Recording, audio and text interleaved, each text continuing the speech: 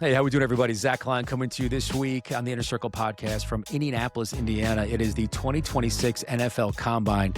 Aaron reflects on what it was like for him, preparing for months on end for the moment he's getting ready for the 40-yard dash. He looks to his side and one coach makes him laugh. Who was the coach and why was he laughing before running the 40? AD reflects on what the Combine was like for him. Plus, Todd does a fantastic job of breaking down this week, talking to all the teams. What is their cap situation like? What value do they have on running backs, wide receivers? Who could possibly be extended during the offseason? And so much more. A deep dive into what it is, the NFL Combine, right now on the Inner Circle podcast. Enjoy. AD, what do you remember most about your NFL Draft Combine experience? Wow, that's a blur. How does it feel so long ago? I don't know. I remember it being hectic. I remember getting there, being checked in. Obviously, a lot of meetings, but prior to that, I already did the Senior Bowl, so I was kind of prepared for it. Was at EXO, so they kind of prepared me for like interviews as far as like type of questions they're gonna ask me. Some gonna be the X's and O's, some gonna be a little bit more personal, some gonna be, spitballing questions off the wall. You be like, why are you asking me this? So, I was kind of prepared for it all. I was just more trying to just get there, do good on the bench press, show that I was strong, just show my personality in the meeting room, just talk ball, and run a good 40, and I remember, just preparing for that, getting ready for that. But honestly, man, all that stuff's really like a blur, man. Everything, you remember parts and bits of it, but uh, and it was so long ago, but it was a hell of a journey. Um, I guess a great experience. It opened up a lot more doors for me. And just to show the athletic ability I had, and I guess the shorts and t-shirts kind of thing. So AD, you only do it once. You come 1 year. I come every year. I'm here again. I've been here, 15 times since you've been here? I mean, I don't what year did you I don't even know what year. What year did you come? What was your draft year? I don't remember. 2014. I was gonna say 2014 13. was my draft. Yeah, so 2014. So I've been here 12 more years since, 12 more times. Uh, it's not much different than it was. Like, technology's changed. Some other things Is have it changed. hectic? It's hectic. It's definitely hectic. Uh, and now they let fans into the Lucas Oil Field so they can watch the Really? activities and run. Yes, free actually. And so Time out, time it, out, time out. So when the guys is on the field doing the combine drill, they got is it packed in there like a game kind of packed, or they got a certain cutoff number? I don't know if they have a cutoff number or not, but there's definitely, I don't know if there's thousands or hundreds, but there's definitely people in the crowd for sure. That's crazy. See, when I was there, were just the coaches. And I do remember this. I remember I was doing I went to the Senior Bowl. Our coaching staff was the Falcons. I had Brian Cox was the D-line coach I worked with. And I remember seeing him at the combine the night before we did the 40s or whatever. And he's like, man, you just get your ass down and just run a 40. Don't be out there taking your time, doing your footwork. I said, man, I'm going to do what I need to do to run a good 40. And I remember lining up at a combine about to run my 40. I'm setting up. He's in the front row. And I'm taking my time, doing my little technique that I learned at Exos. I'm getting down, and I looks up, and I take a right, and I just looks at him and smile. He started busting out laughing. Then I get out, boom. Then I run out 4.6 or whatever I ran, man. And so I do remember that because that always stuck with me. Because he kept saying, man, you better not be doing all that extra shit. Just get your ass down and just run. I'm like, I said, all right. And then I'm taking my time, getting my feet all together, getting my steps right. And I look to the right. I smile at him. He just busts out laughing. That's So I do fun. remember that. So you're getting in the zone. You've had months to prepare for this moment. You go through this process. You're locked in, AD, and then for a split second you lose focus because Brian Cox is talking shit on the sidelines. Like, what are you doing, man? Because that's my guy. I just had to look at him and bust a smile like, you ain't going to stop this process. And I looked at him and he just busted out laughing because we were joking about it the night before, man. So, ended up being a great day for me. I think I did about 35 on a 225. I ended up running like a 4.68. I could have ran faster, but my start time I popped up. But I really wasn't worried about like the cone drills and all that. That's just natural ability, just doing stuff. And they did have me do some linebacker drills, I think. But it was just everything. I just was like, just run through every drill full speed. Don't look fatigued. Don't look tired. Obviously, do great on the 40. I think that's what a lot of people wanted to see. Do great in a bench press. Show that the strength is real. Whatever you hear, And I'm a guy, and what I put on film is going to show. Everything else was just stuff that I did all my life. So it wasn't like nerve wracking. I was just, let's hurry get this done so I could be done with this and, and move on. So. Aaron, it's like people talk about the 40 and that's what like the headlines are. But like for D linemen, the thing that they really look at, it's just not advertised as much. It's not as sexy as the 10 time, right? They want to know what the 10 time is, what the get off is. And so a lot of all of this stuff, Zach, is so technical and people don't understand the amount of work. He talks about going to train at Exos. Like when we sign a player after the season, we send them to a training facility to train. And it's an investment on the agent piece. I mean, it's tens of thousands of dollars. I mean, whoa. The agency is putting up tens of thousands of dollars investment for just one player per player to go. Yeah. And how long are we talking before the combine? Are you sending these guys out there? What does that investment look like? After their last their bowl games, so roughly January and February. Now, if a guy's not in a non-bowl team, then they can go in December after Thanksgiving for about 3 weeks because the places usually are closed between Christmas and New Year's. And when they're getting there, I mean, there's a lot that goes into it. He's going to have a speed coach. He's going to have a strength coach. He's going to have a nutrition person.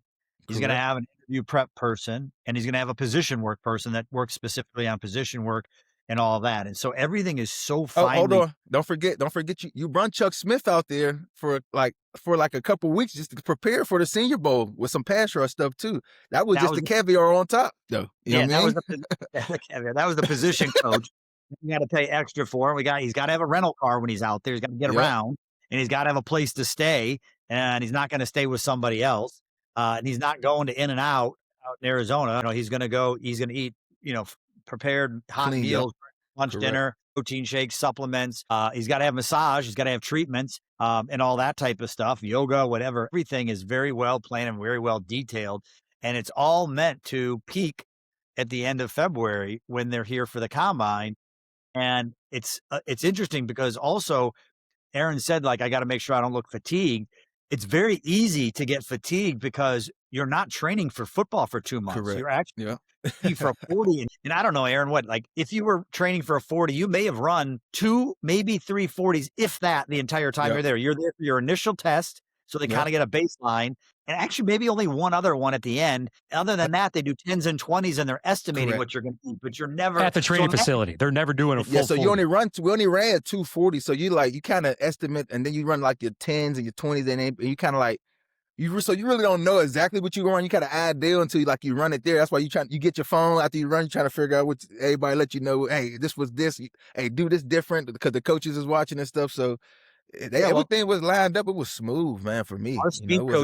Our speed coaches are on the phone with the player in between their first and second run, telling them, hey, like Aaron said, you popped up too early, or keep your head down, because there's a technique to it. I mean, there's an exact number of steps that they expect them to take. There's, relaxing your face, not being tense, things like that, and finishing on running through the 40, not stopping at 39 and letting up, like literally pretend it's a 45 yards. All of those little things, because the difference between a 4.3 and a 4.4 is and that's the difference. So imagine the smidget of error and what it means and what it does. And so there's a lot that goes into this stuff. And, the average person doesn't see that. They just see the Thursday, Friday, Saturday, stuff that's on TV with the running and the jumping and all that stuff. Can you quantify the progress, Todd, maybe when one of your guys made? And AD, when you first went to the training camp, I ran this in my 10 and I only did 20 reps. Obviously, I know you did more, but by the time you got to the combine, what was the growth? How much value did you see in what you did from the very, very beginning to the combine? How beneficial was that? I think the first 40 I ran, the first day we ran it, to be honest with you, just to go out there and run it raw, I think my 40 time was probably like a 4.8. 4.9 or something like that. So then they clean it up, and then they teach you the right technique to get down, how to get off, how to explode through your right arm movements and things like that. And then over time, you get more comfortable running your 10s, your 20s, and then you run another 40 and it get down to like a 4.7. And it's you might mess around like a 4.6. If you really stay low, you might run a 4.5. I'm like, damn, I ain't never think. I was just trying to go to the comeback and run a 4.7. I thought that was going to be great enough. And then obviously through the weight room process, you do a lot of heavy lifting, a lot of explosive stuff. So it's like they prepare you for everything. And it's like reps, right? It's the little things. Just continue to do the reps, working on the little muscles, firing your muscles on the bench press. You do different competition stuff when you're seeing how many reps you do after you get done doing a full workout, burnout kind of thing. So I say that to say, because come combine time, it's like you prepare for it. You already did the homework. You already, did the studying. You already prepared yourself for this moment. Now you just got to go out there, be comfortable, and then translate that come combine time. So, it was great for me to have, obviously, Todd and the agency to put me in the best position to be prepared for my job interview. And that's the combine, right? Well, Senior Bowl first and then the combine. So when you got a great team around you that, making sure you eat the right food to get your weight. Hey, how much you want to weigh? How much should you be? I want to be at 280, 285. All right.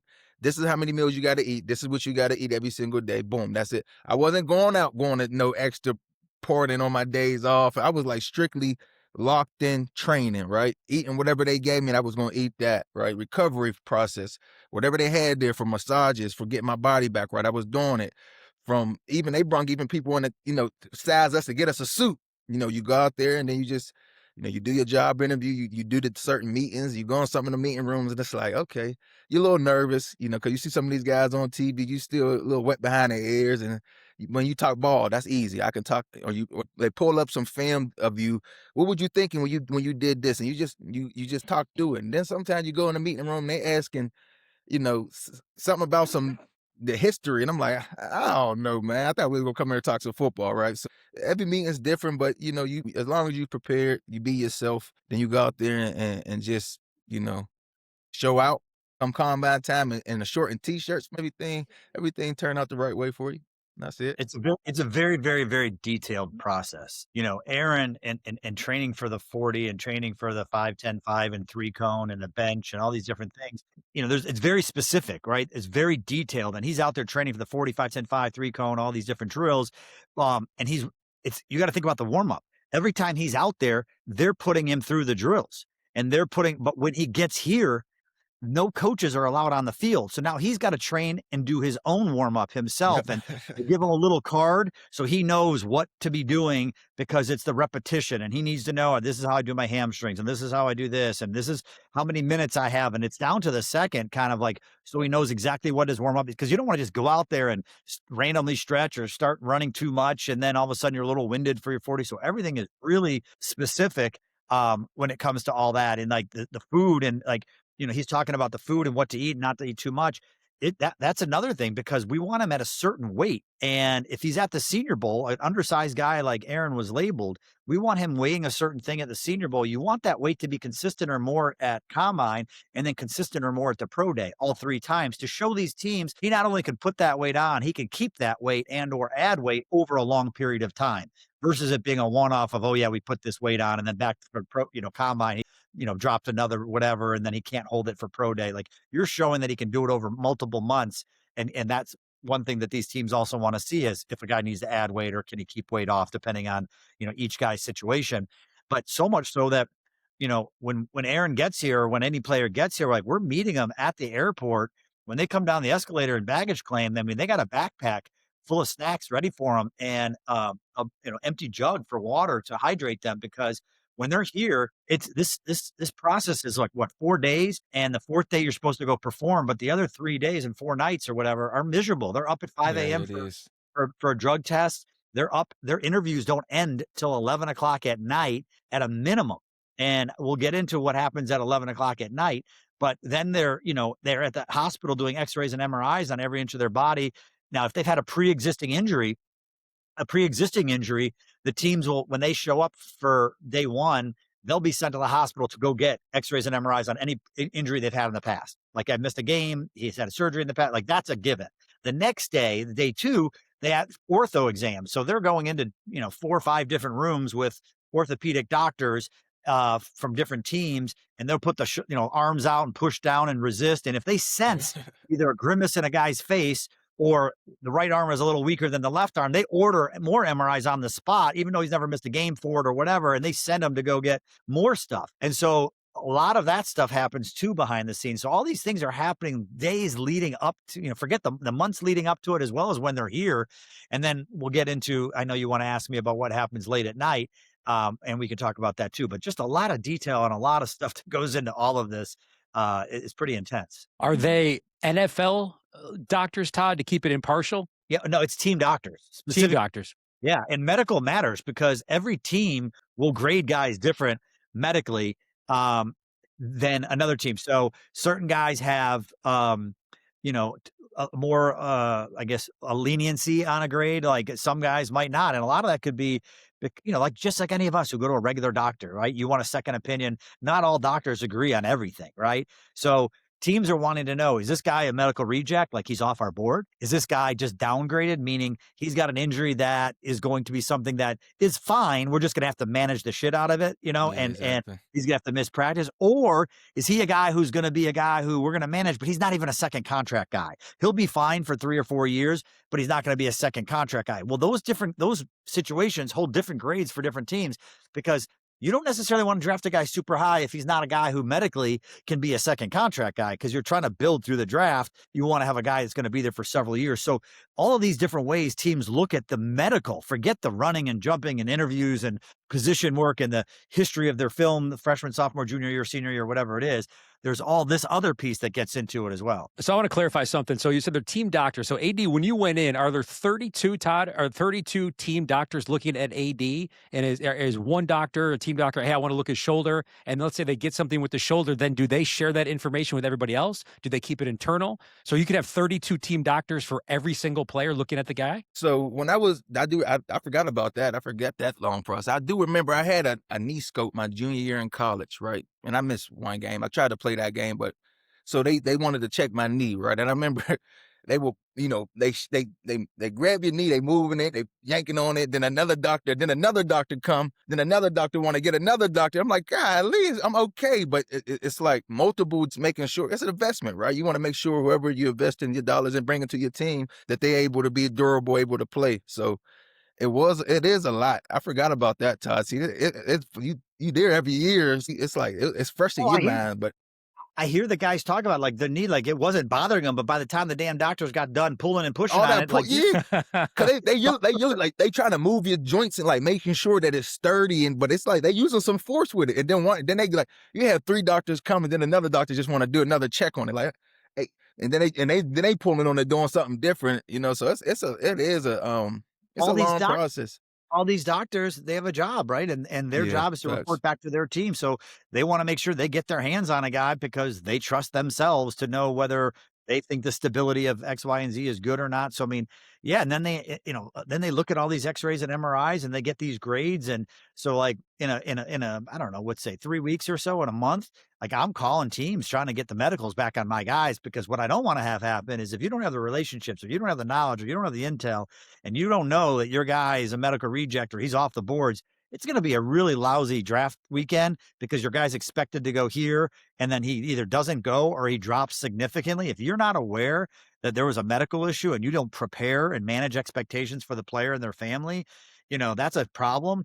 So you want to be proactive. You want to get, if your guy maybe was training, maybe tweaked a little bit of hammy, he's not 100%. You want to be proactive with him and the doctors? Hammy, is a nothing thing, right? But like if it's a significant thing, yes. And the other thing is you might talk to one team who thinks, no, we're good. There are questions on this, and another team has something bad. I might want to go get my guy, have an independent doctor, do something on that specific thing, get a letter on it, whatever I got to do to try to make sure that you want your pool of opportunity to be 32 teams, not 16 or not 18 or not 22. You want to be on every team's board in a draftable grade, not getting knocked. And again, medical doesn't mean you don't get drafted. You could be a medical reject and off a board. You could just be downgraded on a guy and they say, look, we love him. He's a first round grade, but we wouldn't take him till the 3rd because of the medical. And look, I've had guys have medical where they have degenerative stuff on their knee and they say he, didn't get drafted. Meanwhile, a guy played 9 years and had multiple contracts. So again, it's just, they're very conservative and every team is completely different. I mean, no different than teams are different on character, right? Some teams don't care. And like you can have off the field issues and whatever, and they just turn a blind eye and they just go with the talent, or they think they can they want it, they always talent trumps. So they always kind of like forget the bad part and look at the good part and put their emphasis there. And then there's other teams that just be like, yeah, that guy doesn't fit our culture and we're not even messing with it. And he's a guy who's off their board. So it's not just the medical, it's the character as well. Speaking of character, I was visiting with Ian Cunningham, the new general manager for the Falcons this morning. We were talking about, in AD, when you were playing, the question was, how would guys handle off the field with money, a bag they never had before in college? How would they react? That was a big question when you were kind of growing up through this process. Todd, how they would handle that. Now all these kids have bags. They have money. So the question is, right, do they love the game? That's what everybody wants to find out. Yeah. AD, how do you think you can transcend, if you were advising that you love the game? And Todd, what are you talking about stressing to your guys during the speed dating process here in Indy when they're going to be in front of all 32 teams? They got the money. Now it's, do you love the game? I think just when you're talking to a team, you can naturally just figure out who love football and who don't, right? When you start talking ball, talking different experiences of the game, your face should light up a certain type of way, right? It should be a certain type of mindset you should have. Whatever your goals is, you should be like, this is what I want to accomplish. This is my mindset. And you be able to share that. And in my opinion, that's what I will kind of figure out who love the game. Because a lot of guys might play the game for different reasons, right? And it'll show eventually. It's true. I mean, passion in the interview process is something that's important, right? That's what these teams are looking at. Does he get passion? Is he passionate when he's talking ball? Just like Aaron said, do his eyes light up? But you got to remember, a lot of the questions these teams are asking, they know the answer. They've done their homework. They are at these schools. When Aaron was at Pitt, these scouts all season long are coming to practices, watching practices. They come to games. They're talking to his position coaches. They're talking to the head coaches. They're talking to the strength coaches. They're talking to coaches that left Pitt that are at another school about Aaron. They're talking to everybody. So they know, in terms of loving football, that strength coach is not going to be, if a guy he's not a worker, he doesn't love the gym, he's not in there early, he doesn't stay late, he's cutting corners. You see it. They come, they watch their practice habits. They can see guys and their energy at practice, and they can see leadership skills. They can see, does a guy take off? So a lot of these answers they figure out on their own just by spending time and doing the homework. They're not going to sit there and just rely on. So do you think the process though is locking guys in or crossing them off? I think it's both. I think it's verifying things. It's reconfirming things. Now look, I had a guy last year. Well, I wouldn't even get what year it was. I had a guy who, one team, I think I told you guys this, he was off the board on a team, and they told me not to recruit him. But through this process, they spent time with him. And then ironically, that one team was the one that actually drafted him. And it was because they judged the book by its cover early on, which was all the reports that they had gotten, all the investigative reports on him going to different schools and having girls with different moms and not loving football and taking plays off and all that. But we had a plan to reverse that during this draft process. We had a 4-month process that you can try to reverse that and try to show instead of just tell, because I think telling is BS. Like if I'm a GM, I'm sitting there going, you can tell me whatever you want. You're just telling me what I want to hear. That's not, like, who's not going to say great things about themselves, or who's not going to act like they don't love football when you know what the test is. It's $1 million in stake. Right, 100%. You got to try to read between the lines what these guys are doing and try to understand history-wise what it's all about. So to me, it's verifying. It's also digging a little bit deeper and getting some questions answered that they just want to know and hear directly from them and put them on the line. And Aaron said he went into some of these interviews. They're only like 18 minutes, the interviews. Now, they have formals and informals. Formals are 18 minutes, set schedules, and then there's an informal window where teams can just grab you, and there's hours of that too. But they go into these formal interviews, and they're going to have specific questions. And it's amazing. They will also have specific film cut-ups of Aaron. Some teams will spend no time on background. We don't need us. We know your background. I'm not worried about that. We want to know football. Now, a lot of times, one thing you hear consistently they'll do is they'll try to teach their defense, okay? And they'll go through it and do whatever it is, spend 3 minutes on it. Then they'll start talking to Aaron about Pittsburgh football and all this different kind of stuff. And they'll have clips of Aaron. Boom, tell us here. And they want to know, these are bad plays. Is he going to blame the guy next to him? Is he blaming the defensive scheme? Is he blaming a coach, or is he having accountability, taking it on his own? These teams don't want you pointing fingers and blaming. They want you to own it, right? And then they have good clips, right? And then guess what happens at minute 15? They ask you about what they taught you in the first 3 minutes, and they say, teach me back that. And they want to know what he retained, because they're trying to learn in a quick window what kind of style this guy has in terms of learning ability because you come into the NFL, sometimes it's a little bit more complicated. I mean, Aaron talks about watching film all the time. I mean, there's a lot to go into it. And if you can But just install grasp alone, it's not easy. You putting installs, different install every single day, definitely around camp time. So you got to be able to pick up, grab concepts and be able to translate that on the grass, right? So and So you they'll put you on the board in those rooms too. And they'll say, tell us, drop your favorite defensive play. What's your favorite thing? What's the down and distance? What is your favorite pass rush thing you do here? And some guys will draw what just themselves and the O-line. Some will draw the D-line, the corners, the linebackers, that's a guy who has a lot more understanding of not just what they do, but what everybody does. And those little things are what separate one guy from the next. And so from an agent perspective, you're trying to share that with your guys and trying to teach them that because you're trying to separate your guy from the next. And these are the little things that you got to do to focus on. So these guys are set up for as much success as you can have. I know it was a minute ago, AD, when you were in the room with all those teams. Do you remember one question that might have stumped you? Was there a moment that you had to pause and kind of get out of a corner? Or were you just so prepared of what they were asking in big picture stuff? I think they asked some history questions. I don't know exactly what, but it was some stuff that they asked me, and I know the answer to. And I was like, damn, my forehead started sweating. I started trying to I'm like, shit, I wasn't expecting, shit, I ain't studied for this. But it was more stuff like that. But everything else was pretty much, normal stuff, family stuff, football stuff. But I did go into a couple rooms where they asked some questions and I ain't know the answer to when they talking about history and certain stuff. I'm like, I don't know. I'm just going to get to the quarterback. I don't care who was, the CEO of Nike. We're good. Aaron, when I recruited Aaron, I talked about this before. Like I sat on a bar stool and there was these spotlights, a bunch of little, and they were just in my apartment, eating me up. I felt like I was on stage, and of course, I said Aaron would laugh. He still does. It's like amazing. I have like the biggest ego boost when I get done with him. But it's the same thing for you though. When you go into these rooms at the stadium, and now they're at the stadium. I don't know what they were when they were with you. They were in suites, and you go into a room and you're sitting in a chair up front, and there could be 6, 8, 10, 12 people in there. You see all in the back, and then some of them just got the fan right there, and it's like all dark and like this feel like there's just the spotlights on you. And there's a bunch of coaches around, some asking questions, some might throw a question over there, and you talking, and then you might be watching film, and you're explaining what you was doing, and you might have a bad play on there. What made you do this? Well, this is what I was trying to do, coach. I was trying to backdoor this to make the play, but I just got cut out my gap. That was on me, right? So, it's a lot. I did have a couple, I think it was Arizona that had me on the board, right? And this is, it was a couple teams that was trying to possibly flirting with the idea of me playing like an outside linebacker stand-up position.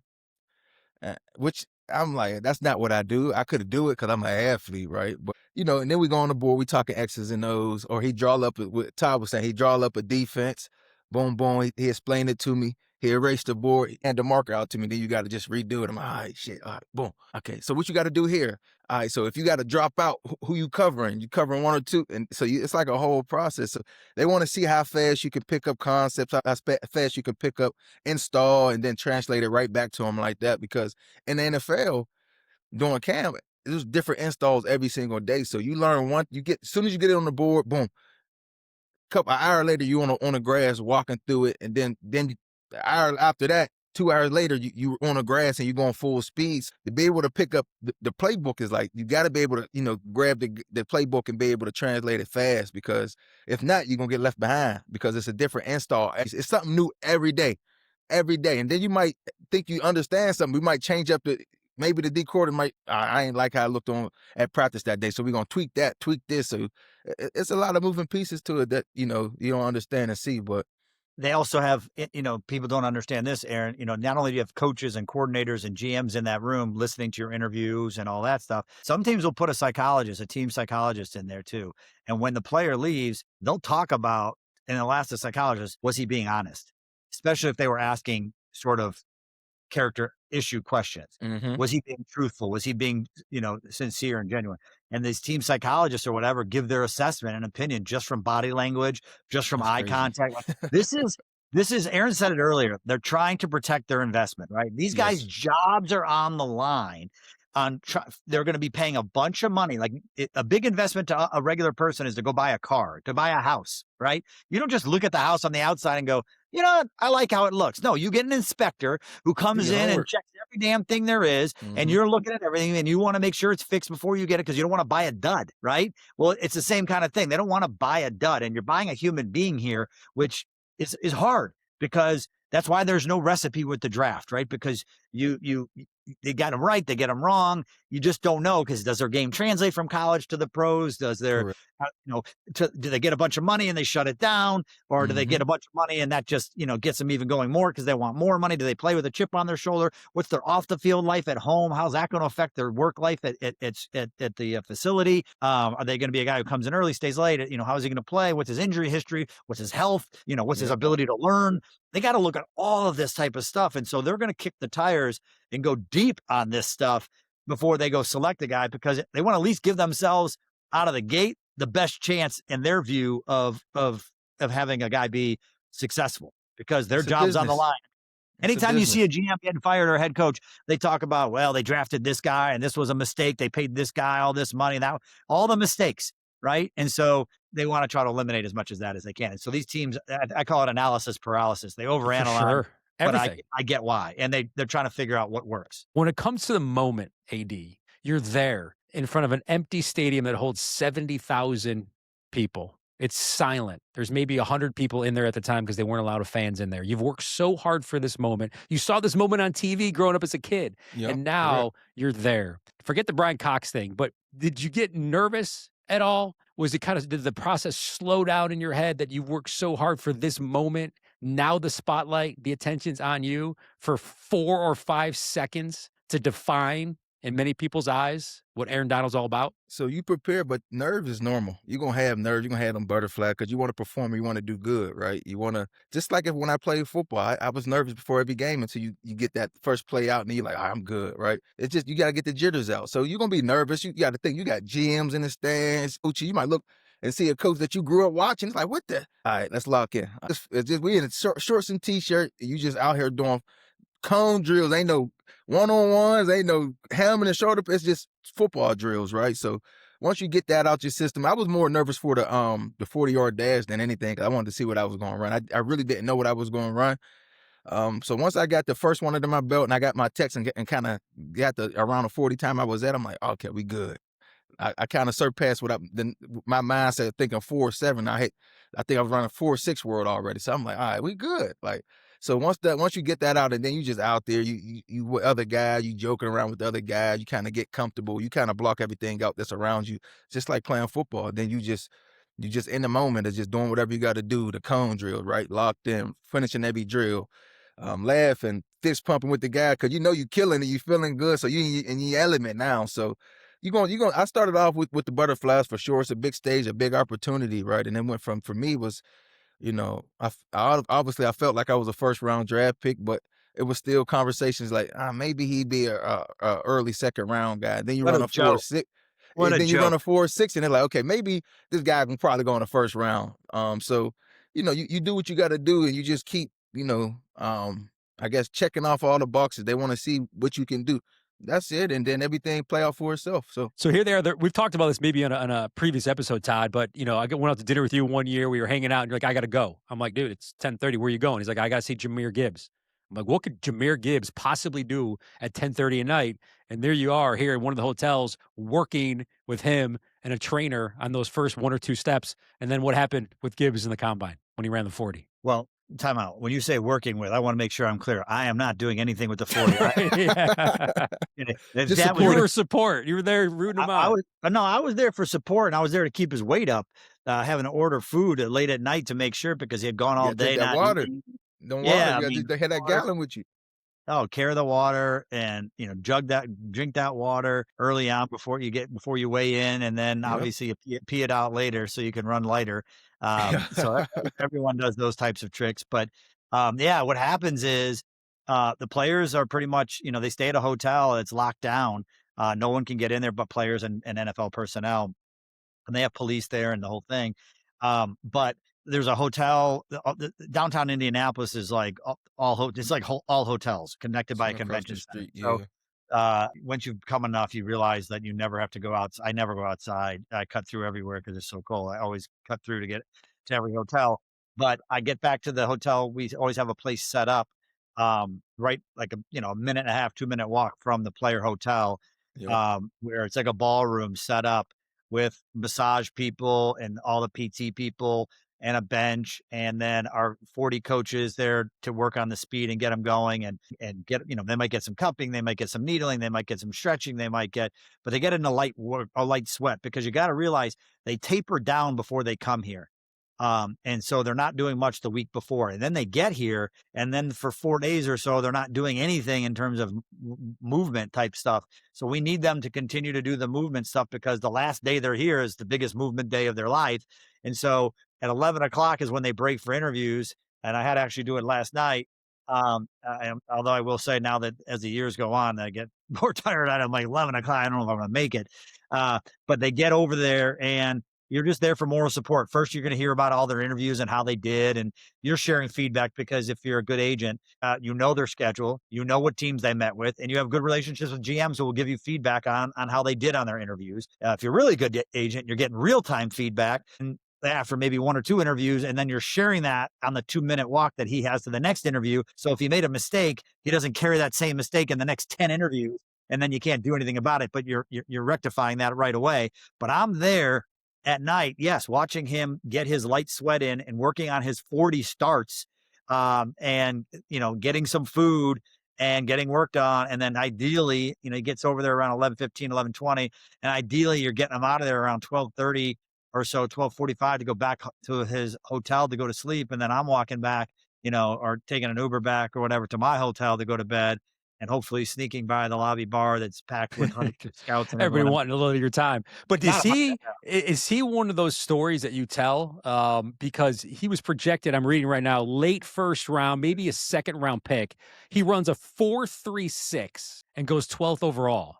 Do you think that performance with him is an example of what the combine can do in terms of the perception of a player? And get him. I mean, I think he went higher than he did because based on the draft combine. No, I don't think so. I mean, I think the combine and the mocks and the projections are for the fans. And when they say guys rising, a guy's falling, these teams know where a guy is. I mean, all you got to do is turn on the Alabama film. Anytime they hand that ball, the kid the ball. I mean, the smallest hole there was, the kid was boom, gone like a rocket ship, right? So I think it just verified what they already knew. I mean, I think there are some guys that maybe there's another thing scouts always say: a guy might run fast at the combine, but he doesn't play fast.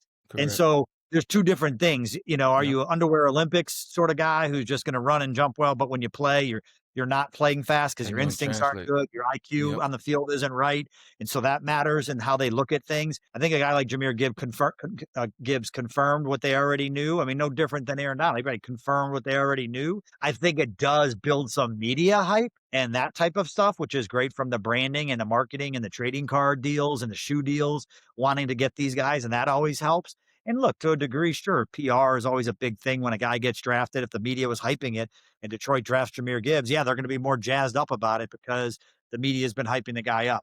I think he got devalued just in general, Zach, because of the running back position. Isn't typically something that goes high. But I had grades that he was going in the first. I didn't know exactly where until it started getting closer and closer. Then I started having a better idea that it was going to be there. And heck, it could have very been easily that he even went ahead of Bijan that year. But the way things work in trades and all that stuff, it kind of worked the way it did. But I can tell you this, it can go the other way, though.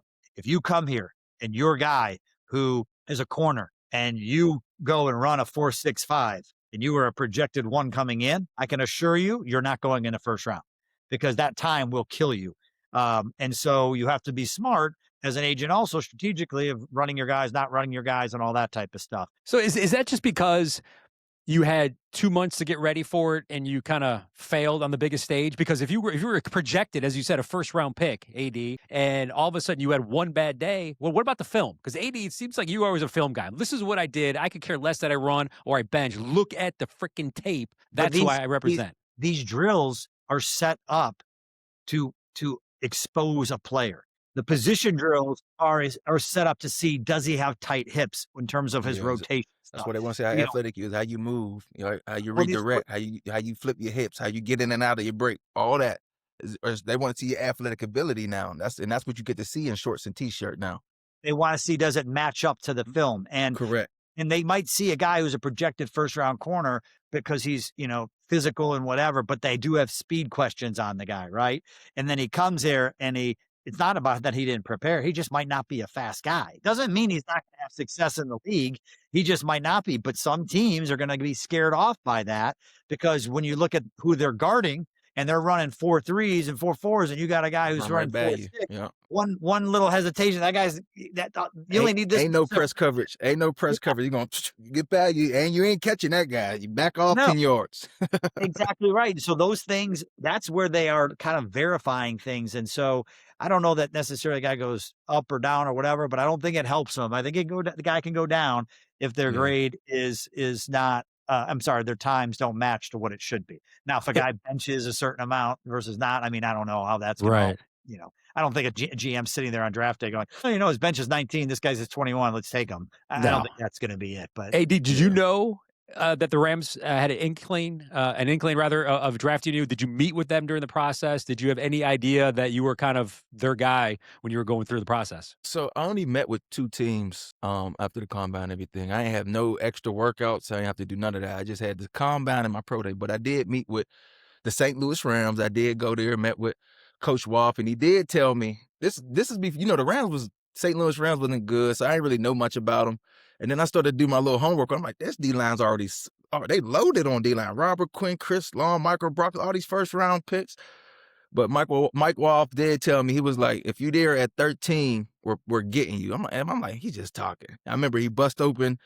I'm meeting, and then inside the a meeting room, like Celeste, Coach Fish, and Wolf just bust the door open. Hey, this is Aaron Donald. This is going to be our 13th pick. And I remember just seeing Johnny Manziel in underwear, no shirt on, and they just doing their homework on it. And they probably like, why the hell would you bring him in our war room? But I did meet with them. He did say he was going to get me at 13. I didn't think so. And I met with Dallas. I thought I would go to Dallas at 16. I did a lot of talking to like Chicago. I forget what Chicago was at. I think 14, I believe, or something like that.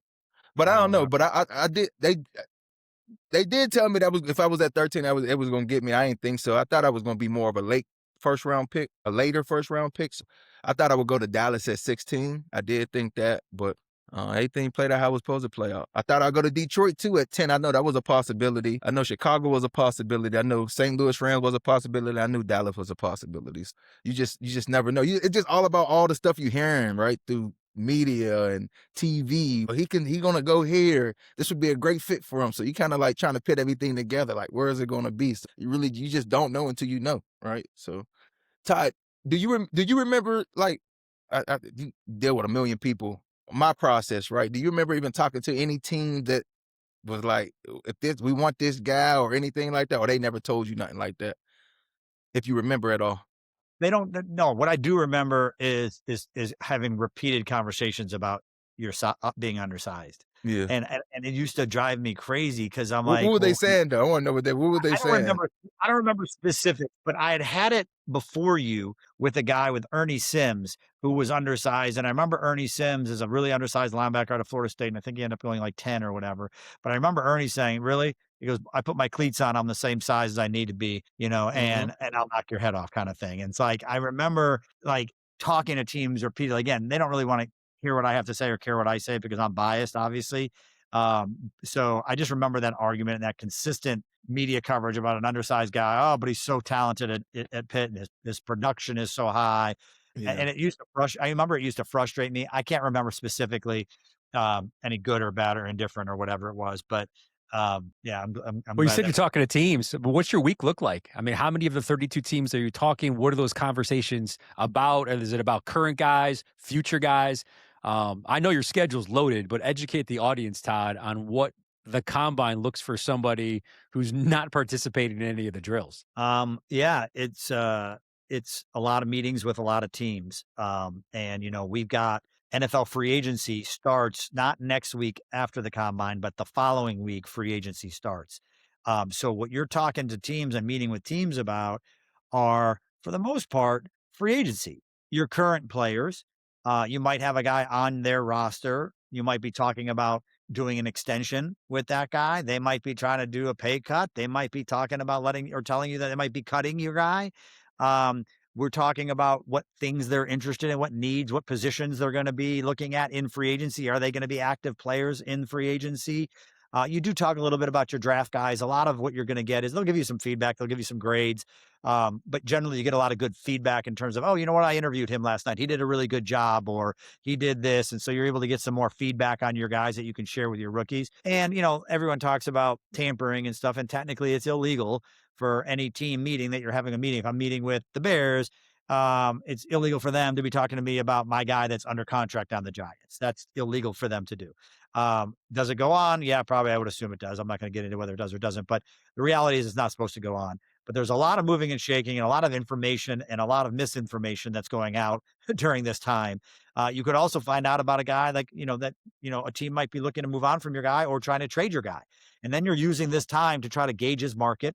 You're trying to let teams know ahead of time, because if I'm going to get a guy that's getting cut, I don't want to have him get cut once free agency starts. I want him cut today, because I want to get a jump start on all the other guys that are under contract and won't get officially released or won't get available to all the other teams until the tampering window opens, 48 hours before free agency starts. I might have a 10-day jump start if I get a guy who's going to get released now, and now I can start talking to teams about doing a deal, and they don't have to wait. And then maybe the bidding war doesn't get crazy or whatever it is. So you're having a lot of conversations. You're trying to get a lot of different information, and we're a very big agency and a very powerful group. So we get a lot of information amongst each other, and we share all that type of stuff to see what overlaps and to try to see what is most beneficial for our players. And at the end of the day, all you're trying to do is get the best and do the best for your players. You might have a player, by the way, on the roster that's unhappy, whether he's not there, they're not using him right, or whether we don't like the play time, or whether there was some other issue. This is your time to sit down face to face with these clubs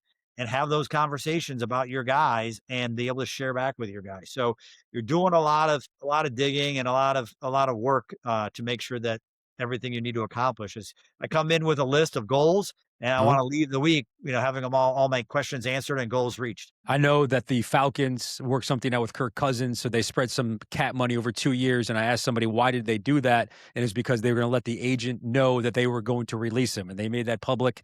Ian Cunningham said, we're going to release him, so it goes to your point. Now the agency has an idea to move forward with whatever happens for Kirk Cousins. Also, your agency represents Kyle Pitts, and they tagged him. But educate me, Todd, if you can, on the different types of tags, because I think the people out think there's just one tag, and there's an exclusive tag and a non-exclusive tag. And to me, all I know is that if you're tagged, I know maybe AD, if you went through this, that it's the average of the top 5 salaries, so you're locked in.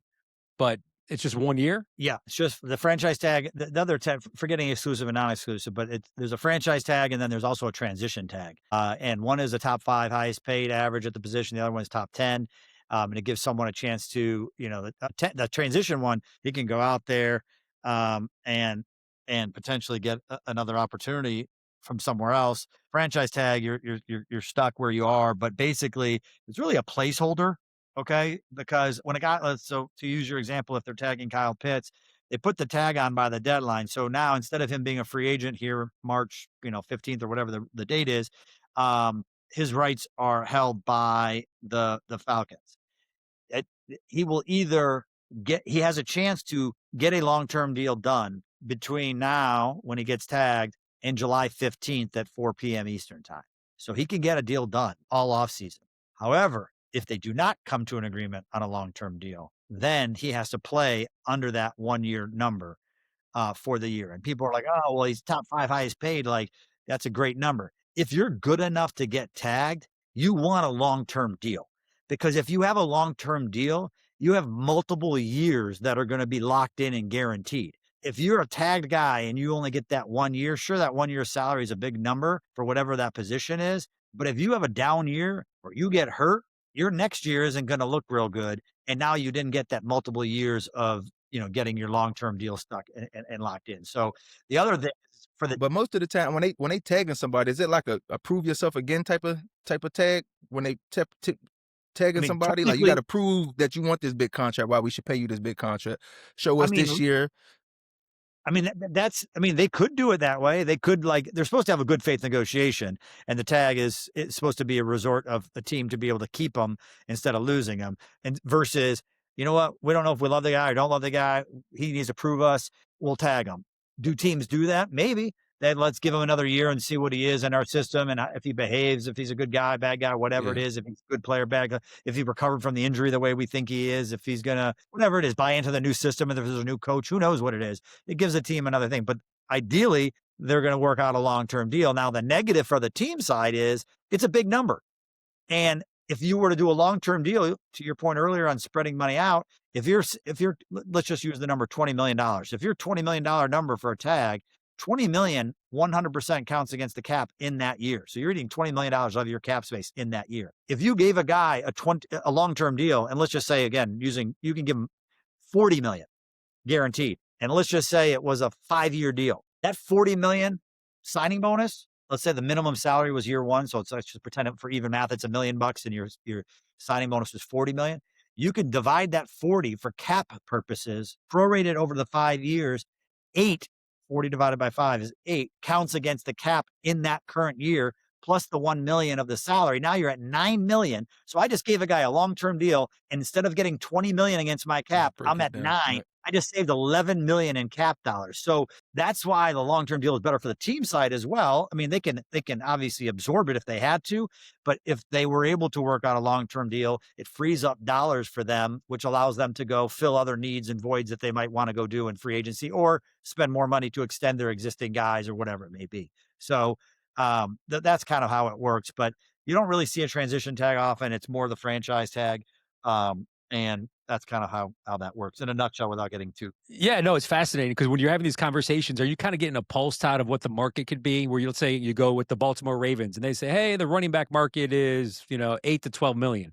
And then you go to the Giants and they say, hey, we think the running back market is 10 to 15. Are you trying to gauge the overall bubble with different teams for certain positions? Yeah, you do. You always are listening to what guys are. And you also have trusted friends and relationships of certain cap guys on certain teams, and you want to get their feel. They might not even be in that market for that player or that position, but they still project and they're curious what it's going to be. And so you want to get as much information as you can and see if it matches up to what you think it's going to be and that type of stuff. So yeah, again, that's why I said earlier, it's a lot of information passing, a lot of gathering stuff, a lot of communication, and it's a good it's kind of like our convention, if you will, with all the who's who of everything, just to try to get FaceTime and get information about the players and all that stuff and what information is out there. Sometimes you hear, because there's agents out there that will, put out what they want, their player wants and what they're asking for. Sometimes it's good to get that too. If you're a smart agent and you know how to use this information,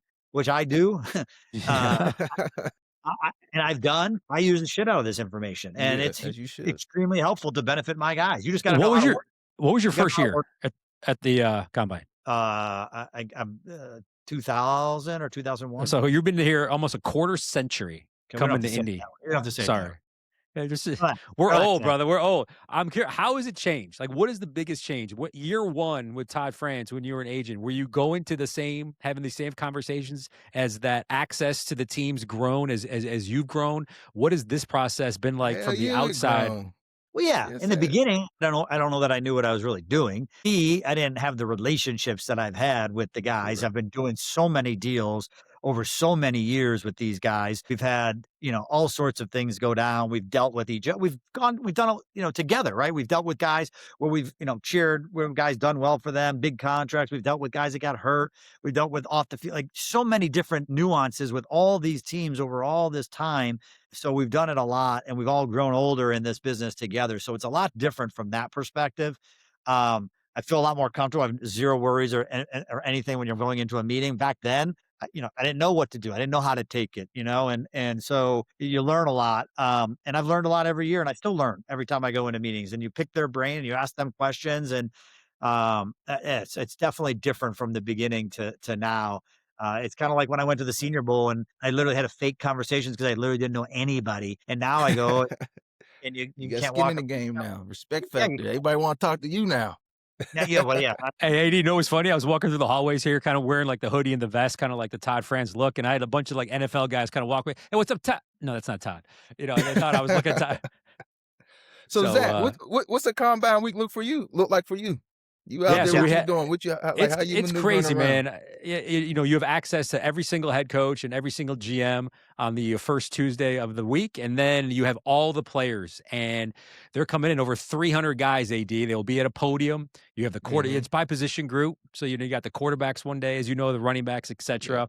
We're trying to get the local guys, but the big name guys. Who could the Falcons be looking at? You know, we talked to Eric DeCosta, who was on the pod last week. We were talking to him and Cunningham. It's really cool, and then you get to see some of the local guys that you grew up following in high school, right? And now under the Friday night lights, and then they dominated on Saturdays in college, and now they're here living out, as you said, their dream. Like Yeah. I've seen this, they've talked about it, they've watched, you know, they could remember football and the draft and what it means, and to see, you know, their dreams so close to being realized, it's a kick on my end, but it just shows, you know, I'm pretty old, but the access is cool on the local front because the Falcons hook us up privately with Ian Cunningham, the new GM, and then Kevin Stefanski, the head coach. Other than that, it's just a massive scrum. Is there other media here? Is there other media here that you're competing with in terms of Falcons to try to get information? So is there other local media too? Is it all national media? I know Ian Rappaport, NFL Network, Schefter from ESPN. I know all those people are here all week. And the NFL will credential anybody. I mean, you got bloggers, you have radio, you have, you know, digital people, you have network guys, you have national, you have local TV, you have local radio here, you have the local newspapers. So you're competing to get the questions in because you only have 15 or 20 minutes to get these guys their attention. And so as soon as they finish up, it's like, hey, you know, it's like one of those cattle calls. It's funny, AD. They used to do an agent seminar here that on Thursdays that you had to go to kind of keep up your agent license, and when you would come out at lunch and or at the end of the day, all the media would be out there because they'd be trying to find the agent to try to talk about whatever their situation is for a player that they think they represent, right? And you get to learn who these guys are. And Zach will tell, I'm not a media guy. Doing this pod is very outside of my comfort zone. Talking to media, I just don't really do it. To me, it's about the players. I like to be kind of behind the scenes. But I was walking, you walk through the hotels here in Indy, and I was walking through, and there's at the JW on the second floor, you walk through, and there's always media people there. As you walk through, the guy from such and such, you know, media comes over, grabs you. Hey, Todd, I was hearing such and such on your guy. Like, what's going on? Like, and they want to know, is he being cut? They want to know, are you getting a deal done? I mean, they are fishing for information. Get the scoop. Yeah. You got to be smart because sometimes they're just fishing. Sometimes they can trap you, right? Like, and they just think that your guy might get cut, even though, and they're like, hey, I heard that they're about to cut him. And that's not true. And you're like, no, that's, you know, or yeah, but not yet. It's going to happen on Wednesday. Now, meanwhile, they didn't really hear that, but now they got the information from you. So you just got to be real smart. And to me, like basically no information is the best information. I give nothing. So to the GMs and publicly, they just kind of keep it vanilla. AD, they kind of keep it generic. But when you're walking with them from one event to another, I can say, listen, man, you know, who are a couple of guys I should talk to that may be on your board that if I have an opportunity to talk to this defensive end or this center or this wide receiver, it might be good to put on the show. And they might say, hey, man, make sure you talk to this guy. Make sure it didn't come from me. But, you know, Matt, why don't you ask him about interviewing with the Falcons? So you have those relationships Todd was talking about, and it can kind of guide you. But they'll never say that publicly, but, you know, helps you do your job. It's a game, man. It's a game. It's a wild week, man. It is, between the players that are getting ready to get drafted and going through that process, the agents, the coaches, the GMs, the scouts, the media people. You got the teams and the free agency, you know, on the horizon, and you're working through all that. So Combine week is a real busy week, a lot going on. And by the way, we're talking about here, like you still have all your clients that are not here. And so you're talking to them and their families and or their wives or whatever, you know, to kind of update them on what's going on, you know, as it relates to them, if they're wanting some sort of question answered. So constantly moving and different things happening across the board. So it's a lot. It's a lot of action for sure. Controlled chaos. However you want to frame it. Yes. However you want to frame it. I don't miss that. It was a hell of an experience, but I don't miss it, man. It's a lot to go into it, man. A lot. I mean, I forgot a lot of, like, you know, all the doctor stuff, all the, you know, you remember a glimpse and stuff of me. I remember a glimpse of the combine and certain stuff, but like here, Todd's talking, I'm like, damn, that is right. We did do that. I'm like, golly, that was a long week. It's fun going down memory lane with you, AD, and great stories about owning the moment, having so much fun here not that long ago. Todd, what a week, man. Good luck with everything, and hopefully when we chat, you know, next week and say, yep, Information was flowing, feeling good. 2026 draft in Indy was a success, man. We appreciate everybody's time. Thanks again for listening, joining, liking, sharing. For Aaron Donald, Todd France, I'm Zach Klein. Thanks for joining us on the Inner Circle Pod. We'll see you next week, everybody.